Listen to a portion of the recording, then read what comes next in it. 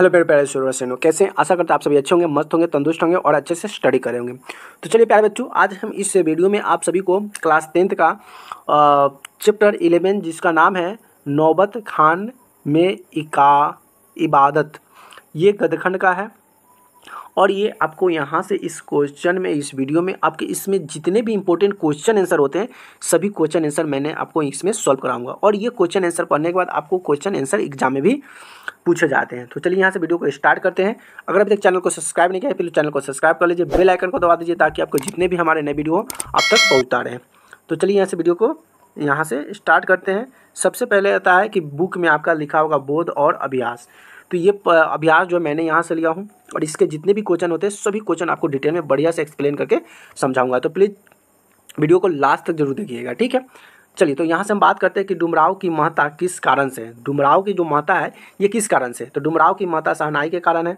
प्रसिद्ध शहनाई वादक बिस्मिल्लाह खान का जन्म डुमराव में हुआ था। देखिए डुमराव एक जगह का नाम है जहाँ पे उनका जन्म हुआ था बिस्मिल्लाह खान का। शहनाई बजाने के लिए जिस रीड का प्रयोग होता था उसे एक विशेष प्रकार का घास नरकट से बनाई जाती थी, जिससे डुमराव में सोन नदी किनारे पाई जाती है। और इनको जो बजाते थे ना बांसुरी, तो ये जो डंटा जो होता है ना, वो डंटा जो मिलता था कहाँ पे मिलता था? तो डुमराव एक सोम नदी के किनारे वो पाई जाता था पेड़, और उसे काटकर वो बनाया जाता था। ठीक, समझ में आ गया।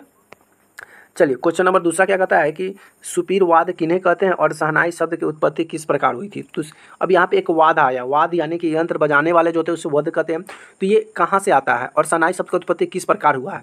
तो सुशीर वाद ऐसे वाद है जिसमें नाड़ी नरकट या रीढ़ होती है, इन्हें फूंक कर बजाया जाता है। ऐसे वाद शहनाई के शाह की उपाधि दी गई है क्योंकि यह वाद मुरली से गिरी जैसे कि अनेक वाद अधिक मोहक है। शहनाई की ध्वनि हमारे हृदय के स्पष्ट करती है, यानी कि छूती है। शहनाई जैसे कि अगर फूंका जाता है मुंह में डालकर और जोर से फूंका जाता है और एक तरह का आवाज़ निकाला जाता है, ठीक है। चलिए क्वेश्चन नंबर तीसरा क्या कहता है कि बिस्मिल्लाह खां के सजदे किस चीज़ के लिए गिराते थे और उनके व्यक्तित्व का कौन सा पक्ष उद्घाटित होता है? तो देखिए बिस्मिल्लाह खान जब इबादत में खुदा के सामने झुकते हैं तो सजदे गिराकर खुदा को सच्चे सुर से वरदान मांगते हैं। इससे पता चलता है कि खां साहब धार्मिक, संवेदनशील और निर्वाणीमान है और संगीत साधना हेतु समर्पित है और अत्यंत विनम्र भी थे। चलिए अगला देखते हैं। क्वेश्चन नंबर 4 क्या कर रहा है कि मुहर्रम पर्व में बिस्मिल्लाह खान का जुड़ाव का परिचय पाठ के आधार पर दीजिए। मतलब मुहर्रम के समय बिस्मिल्लाह खान क्या करते हैं, वो क्या बताना चाहते हैं? तो देखिए बिस्मिल्लाह खान सच्चे और धार्मिक मुसलमान हैं। मुहर्रम का उनका रीति रिवाज था, उनके मानते थे कि व्यवहार में लाते हैं। बड़े कलाकार सहज मानवीय रूप से अब एक आसानी से दिख जाता है। मुहर्रम का एक महीना वह होता है जिसमें शिया मुसलमान, अब यहाँ पे देखिए समझिएगा, शिया मुसलमान और एक सुन्नी मुसलमान होता है। शिया मुसलमान हरजत एवं इमाम हुसैन उनके कुछ वंशज के प्रति आज़ादारी मानते हैं। पूरे 10 दिनों तक शोक 8वीं तारीख तक उन्हें खास महत्व की है और इस दिन खां साहब खड़े होकर शहनाई बजाते हैं और दाल मंडी में फातमान के करीब 8 किलोमीटर दूर पैदल रोते हुए नौहा बजाते जाते हैं। इस दिन का कोई राग नहीं बजाता, राग रागनी निषेध है इस दिन। मतलब उस दिन कोई तरह का खुशी नहीं मनाया जाता है, उस तरह से दुखी के रूप में शोक मनाया जाता है। क्वेश्चन नंबर 5 क्या कर रहा है कि संगीतमय कचौरी का आप क्या अर्थ समझते हैं?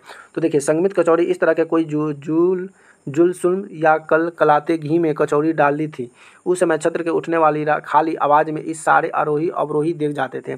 कहने के तात्पर्य कचौरी खाते वक्त खान साहब का मान संगीत राग में ही समा रहता था, इसलिए उन्हें कचौरी के संगीतमय में मैं लगा रहता था।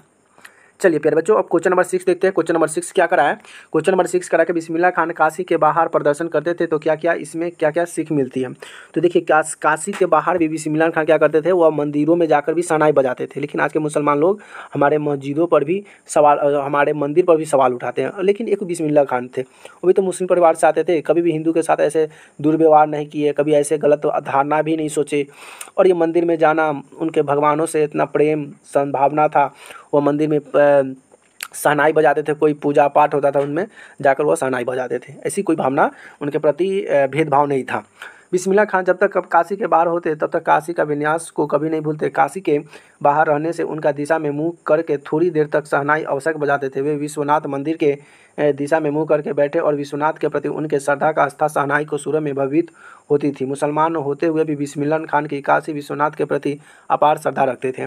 इसमें हमें धार्मिक दृष्टि से उदारता एवं समानता सीख मिलती है। हमें धर्म से लेकर किसी प्रकार का भेदभाव नहीं रखना चाहिए। सही बात है, हम भेदभाव नहीं रखेंगे। अब कोई हिंदू है तो हिंदू अपने धर्म को भी माने और अपने धर्म में आस्था रखे, और दूसरे धर्म को माने ना माने लेकिन उसकी आस्था को भी ठेस नहीं पहुँचाए। मुसलमानों का क्या है कि अपनी भी आस्था को माने और दूसरे की आस्था का भी इज्जत करे, सम्मान करे, लेकिन ऐसा नहीं होता है। लेकिन ऐसे लोग की भावना जब तक ये गलत लोग के हाथ रहेगी तब तक ऐसा ही रहेगा। तो इस तरह की भावना जो है इसे छोड़नी चाहिए और हमें कुछ नया करनी चाहिए। चलिए क्वेश्चन नंबर 7 क्या कहता है कि बिस्मिल्लाह खान का मतलब बिस्मिल्लाह खान की शहनाई एक कलाकार के रूप में बिस्मिल्लाह खान का परिचय के आधार पर दीजिए। मतलब बिस्मिल्लाह खान का मतलब क्या बिस्मिल्लाह खान की शहनाई हो गया क्या? इसके बारे में एक अच्छा सा बात बताइए। तो चलिए बता देते हैं। बिस्मिल्लाह खान एक उस कलाकार थे, शहनाई के माध्यम उन्हें संगीत साधना अपने जीवन के मान लिया था। मतलब उन्होंने मान लिया था बिस्मिल्लाह खान के, नहीं अभी हमें कुछ करना ही नहीं है, अब जो भी कुछ है मेरा शहनाई बजाकर ही पूरा करना है। शहनाई वादक के रूप में अद्वितीय पहचान बना लिए और बिस्मिल्लाह खान का मतलब बिस्मिल्लाह खां की शहनाई। शहनाई का तात्पर्य बिस्मिल्लाह खान का हाथों से आश्रय इतना भर बिस्मिल्लाह खान की फूंक और शहनाई का जादू आवाज़ का असर हमारे सिर चढ़कर बोलने लगता है। अब देखिए शहनाई और बिस्मिल्लाह खान, तो उनका नाम सिर्फ बिस्मिल्लाह खान है, तो उनकी पहचान बनी शहनाई से। तो बिस्मिल्लाह खान की शहनाई, तो हम सीधे नहीं जानते कि बिस्मिल्लाह खान, हम ये जानते हैं कि बिस्मिल्लाह खान की शहनाई, शहनाई से जानते हैं। बिस्मिल्लाह खान साहब शहनाई के साथ सुर ताल के साथ निकल पड़े थे और इनके संसार सुरीली था। और इतने शहनाई में पावर दिंगार और गंगा मैया उस्ताद मसीहा उतर पड़ती थी और माँ साहब शहनाई एक दूसरे के पर्याप्त बनकर संसार के सामने उभर गए। और ये बहुत सारे अपने चाचा के साथ स्टेज भी शो करते हैं, पुरस्कार भी मिलता है, इसे मेडल भी मिलता है। ठीक है, तो ये बात था। अब यहाँ से आता है क्वेश्चन नंबर 8 आता है व्याख्या करें। फटा सूर्य न बढ़ के लुंगिया का क्या है, आज फटी है तो कल सिल जाएगी। मतलब इसका एक आशय स्पष्ट करना है, भाव बताना है, व्याख्या करना है। ठीक है, मतलब इस तरह का क्वेश्चन समझ लीजिए। आप पूछेगा कि व्याख्या कीजिए चाहे आशय स्पष्ट कीजिए, तो इस तरह का आएगा। अब इसका मतलब क्या होता है इसको समझना है। ठीक है, इसका मतलब होता है कि जब एक शिष्य डरते डरते बिस्मिल्लाह खान से पूछा कि आप फटी तहमत क्यों पहनते, तो अपने भारत रत्न मिल चुका है और आप ऐसा न करें, अपनी इच्छा नहीं लगता। जब भी कोई आपसे मिलने आता है तो अपनी दशा को सहज भाव से मिलते हैं। अब एक बच्चा तो पूछना नहीं चाहता था, लेकिन डरते डरते एक बात पूछ डाला कि आप एक बात बताइए, आपको जब भारत रत्न मिल चुका है तो आप फटी जो आप कुर्ता है पूर्ता क्यों पहने हुए हैं, आप ऐसा क्यों करें? क्या अच्छा नहीं लगता जब कोई आपसे मिलने आता है तो आपकी दशा में मजा सरल भाषा से मिले? तो ये बात बताते हैं। तो इस प्रश्न का जो है बिस्मिल्लाह खान क्या जवाब देते हैं, कहते हैं कि प्रश्न का सहज भाव से खां साहब शिष्य को कहा, अरे पगली, भारत रत्न तो शहनाई वादक पर मिला है, न कि लुंगी पर नहीं न मिला।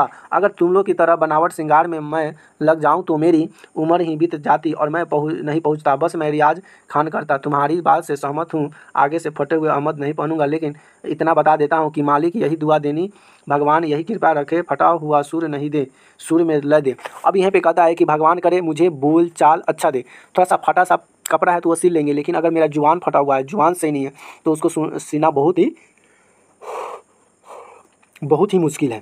तो कहता है कि चलो मेरा जवान तो कम से कम सही है, मेरा शर्ट फटा हुआ है, उससे कोई दिक्कत नहीं है, बस सुरील जो होता है मुंह का बात विचार ये अच्छी होनी चाहिए। कोमलता दे, फटी लूंगी तो मैं सिलवा लूंगी, लेकिन फटा हुआ राग सूर्य लेकर क्या करूंगा। तो ईश्वर रहम करे और सूर्य की कोमलता को बचा रखे। फिर वो कहते हैं कि फटा हुआ हम तो कुर्ता सिवा लेंगे, धोती सिवा लेंगे, लेकिन मेरा लय बोली विचार अगर फट जाएगा तो मेरा ये रहकर कोई कपड़ा काम आने वाला नहीं है। ये चीज़ इसके बारे में बताते हैं। ठीक है, चलिए दूसरा क्या कहता है व्याख्या में कि काशी संस्कृति का पाठशाला है। तो काशी संस्कृति पाठशाला छात्रों के इनके महत्व वर्णन है और इसे आनंद की कानन से जाना जाता है। काशी में कलश हनुमान जी और नेतृत्व विश्वास, काशी में बिस्मिल्लाह खान है, काशी में हजारों साल का इतिहास और यही महाराजा विधाधारी हैं, बड़े रामदास जी हैं और मौजूदा खां है। इस रसिका उत्पन्न में होने वाले अपार जन समूह है। यह एक अलग काशी है जिसकी अलग तजबी है, अपनी बोली है, अपने विशिष्ट लोग हैं, इसके उत्सव है और अपना गम है। आओ अपना सेहरा पन्ना, अपना नहरा और संगीत भक्ति के धर्म से भी किसी भी ललकार रजनी की चैती विश्वनाथ को विशालिए बिस्मिल्लाह खान का गंगा द्वारा अलग करने के लिए नहीं देखा जा सकता। इस प्रकार काशी एक महानगरी है और इसे अपनी महानता है। और यहाँ से 9 नंबर क्वेश्चन आता है और लास्ट क्वेश्चन कि बिस्मिल्लाह खान को बचपन का वर्णन के आधार पर दें। मतलब बिस्मिल्लाह खान के बचपन के बारे में बताइए कि बचपन कहाँ से गुजरा, कैसे गुजरा, इनके बारे में बताना है। तो प्यारे बच्चों अगर बात करें तो अमीरुद्दीन यानी कि उस्ताद बिस्मिल्लाह खान का जन्म डुमराव बिहार के एक संगीत प्रेमी परिवार में हुआ था। जिससे उनका जन्म जो हुआ था, उनके दादाजी शहनाई बजाते थे, हारमोनियम बजाते थे, उनके पिताजी बजाते थे। उनका बचपन का नाम था अमीरुद्दीन यानी कि उस्ताद बिस्मिल्लाह खान। उस्ताद तब पड़ा जब ये शहनाई बजाने में जब एक्सपर्ट हो गए, उस्ताद बन गए, तो वहाँ से उस्ताद बिस्मिल्लाह खान नाम पड़ गया। पहला का नाम था अमीरुद्दीन। ठीक, और इनका जो जन्म हुआ था बिहार में हुआ था। कहाँ हुआ था? बिहार में हुआ था। अब ध्यान समझना है, बिहार में जन्म हुआ था। 6 वर्ष की उम्र में वह अपने ननिहाल काशी चले गए। अब ननिहाल का मतलब उसका नानी का घर काशी था और उनका अपना घर बिहार था। तो बिहार छोड़कर कहाँ चल गए? काशी चल गए। डुमरांव में इतनी सी माता और शहनाई की रीड बजाने में काम आने वाली नरकट वहाँ सोन नदी के किनारे पाई जाती है। बिस्मिल्लाह खान का परदादा उस्ताद सलाह हुसैन खान डुमरांव निवासी थे। अब डुमरांव जो थे कहाँ का डुमरांव पड़ता है, तो डुमरांव पड़ता है बिहार में पड़ता है ना जी। आपको हम पहले क्या बताया, यहाँ पे ध्यान से फुराइए, जन्म डुमरांव बिहार के, ठीक। तो बिहार में एक जगह है जहाँ पे नाम है उसका डुमरांव। तो नदी किनारे पाए जाते। बिस्मिल्लाह खान का परदादा, बिस्मिल्लाह सब ये निवासी थे। बिस्मिल्लाह खान उस्ताद पैगंबर खान, क्या है, पैगंबर खस्त खां और मिटन के छोटे साहबजादे थे। 4 साल की उम्र में नाना की शहनाई को सुनते और शहनाई को ढूंढते थे। अब वो 4 साल के जब उम्र के थे तो वो नाना जी उनके शहनाई बजाते थे, तो शहनाई को सुनते थे और नाना जी को खोजते थे कि नाना जी किधर शहनाई बजाते हैं। नाना जी को खोजना शुरू कर देते थे। उन्होंने अपने मामा का सत्र तभी बचपन में शहनाई वाद का कौशल विकास का लाभान्वित किया और 14 साल की उम्र में वह बालाजी के मंदिर में रियाज करने के लिए क्रमबद्ध संगीतार्थ सिद्धांत हुए और आगे चलकर ये महान कलाकार बन गए। जब इनको बजाने आया तो ये बजाने जब आता था तो ये कहा कि ये बालाजी का मंदिर है, वो बालाजी के मंदिर में जाते हैं और वहाँ पे ये शहनाई बजाना शुरू कर देते हैं। और ये धीरे धीरे क्या करते हैं, बजाते बजाते ये फेमस हो जाते हैं। फिर ये चाचा जी के साथ स्टेज शो करने जाते हैं, वहाँ पे सभी इनका बात सुनता है, गाना सुनता है और वहीं से ये फेमस हो जाते हैं। अब यहाँ से तो क्वेश्चन आ गया प्यारे बच्चों, ये क्वेश्चन हो गया लास्ट खत्म। और ऐसे ही वीडियो देखने के लिए आपको क्या करना है, 9th हमारे इस चैनल पे 9th हो 10th का आपका तैयारी कराया जाता है। और प्यारे बच्चों अगर इसके साथ साथ आपको एक और मेरा नया चैनल है, उसको क्या करना है, @SST मास्टरमाइंड, आपको यहाँ से मास्टरमाइंड टाइप कीजिएगा। वहाँ पे आपको जितने भी क्वेश्चन होते हैं ना SST का सभी मोस्ट इंपोर्टेंट टॉपिक कराते हैं। तो वहाँ पे आइए और धमाल कीजिए। और अभी तक चैनल को सब्सक्राइब नहीं किया तो चैनल को सब्सक्राइब कर लीजिए, बेल आइकन को दबा दीजिए ताकि हमारे जितने भी नए वीडियो आप तक पहुँचता रहे। वीडियो देखने के लिए बहुत बहुत धन्यवाद। Thank you so much, love you.